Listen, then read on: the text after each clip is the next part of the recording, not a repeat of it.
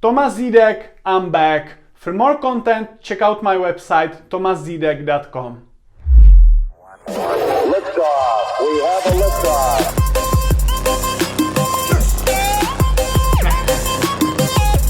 Bang!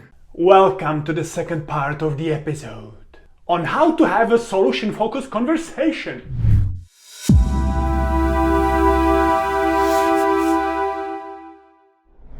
Meet the person.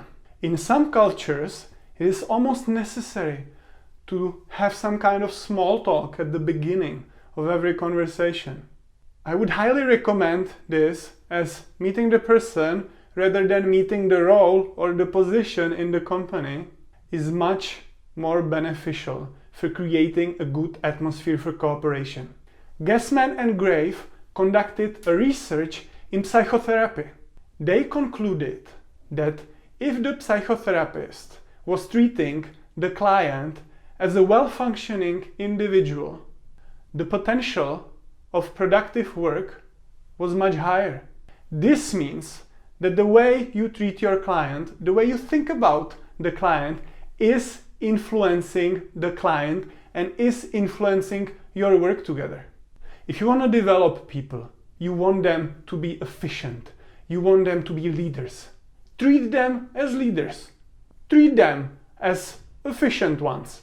If you're gonna treat people like shit, they're gonna sense it.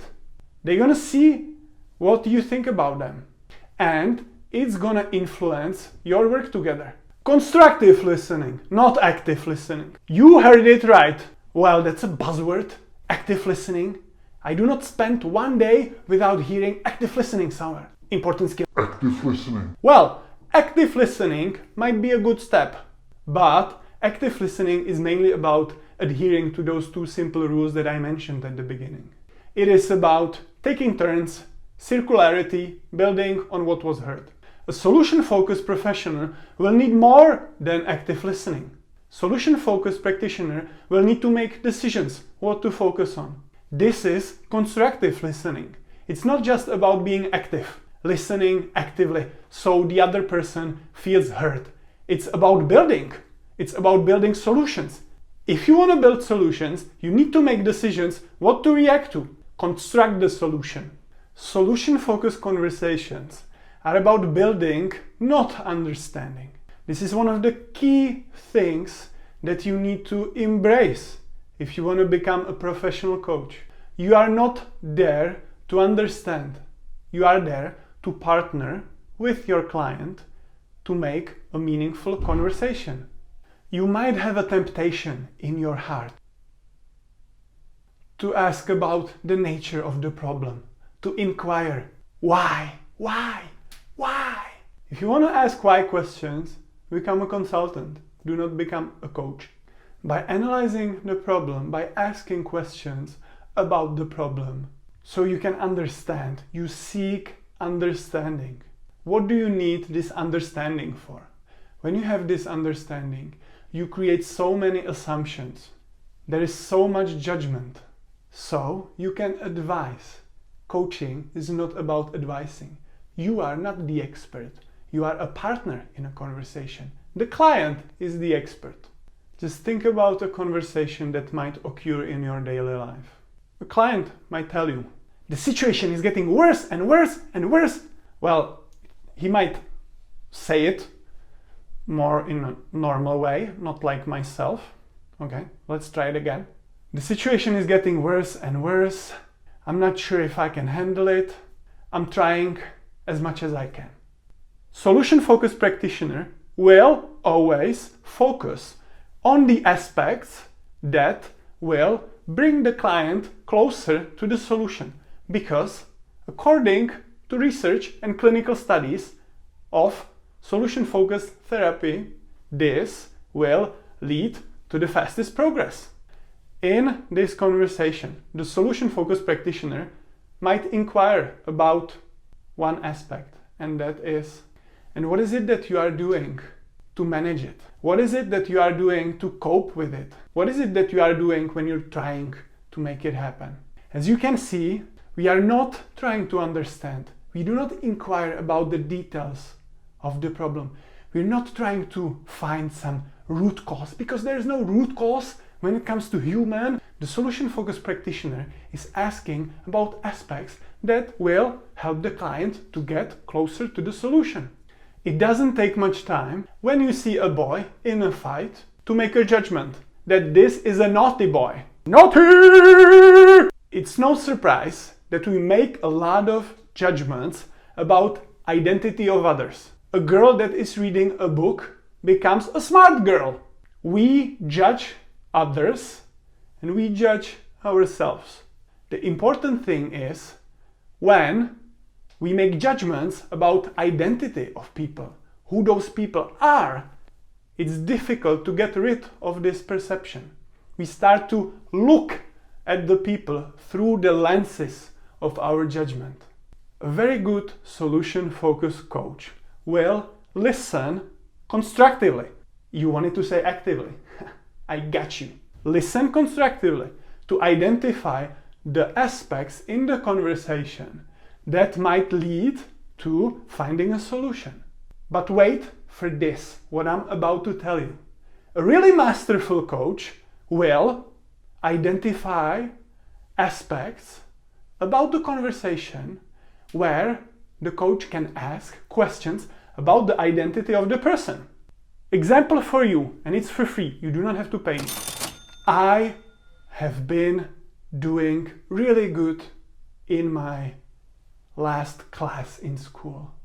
What is it that you have been doing? I was doing homeworks, going home really soon after class, etc.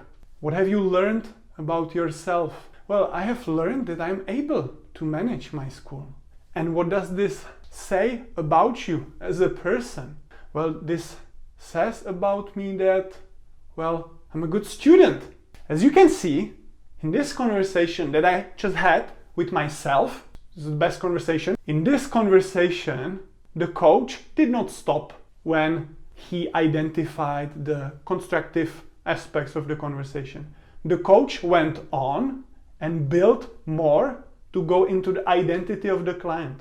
It is very beneficial for our clients when we create these positive judgments about their own identity.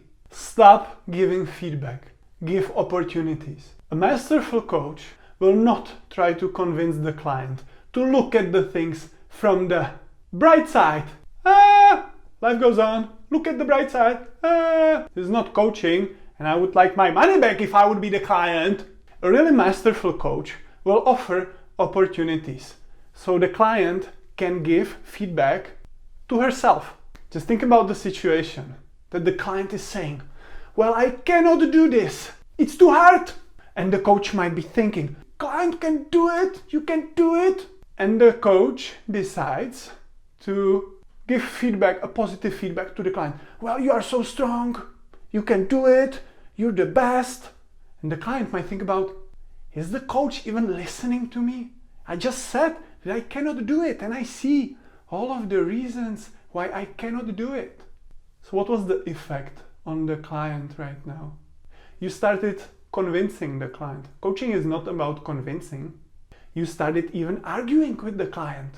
The client said something and you started presenting your own opinion that was different. And you wanted the client to accept your opinion. Isn't it ridiculous? Let's think about it and reflect on it a little bit. Do not make assumptions. Do not make judgments. That is what coaching is about. If you do not make assumptions, if you do not make judgments, there is no way you can argue with the client. If the client thinks that she cannot do it, accept what the client is saying. Instead of giving positive feedback and trying to convince the client, do something different. If the client is saying something that you do not agree with, just notice it. Notice that you made this assumption, that you are judging the client. When you're judging, when you're convincing, when you're arguing, you're not in your coach position. Get back to your coach position. Listen constructively and wait for your opportunity. When the opportunity comes, take it. Ask the client. Inquire about the strength of the client. How did you do that? How did you manage to go through this situation? What does this say about you? What might others think about you if they would see you going through this? How might others perceive you? What might they say about you? Those are opportunities. The client might take this opportunity or not. That's the client's decision. Always remember, client will experience a true lasting change if they do or see something different. Have you enjoyed today's show the same way I did? Then hit the subscribe!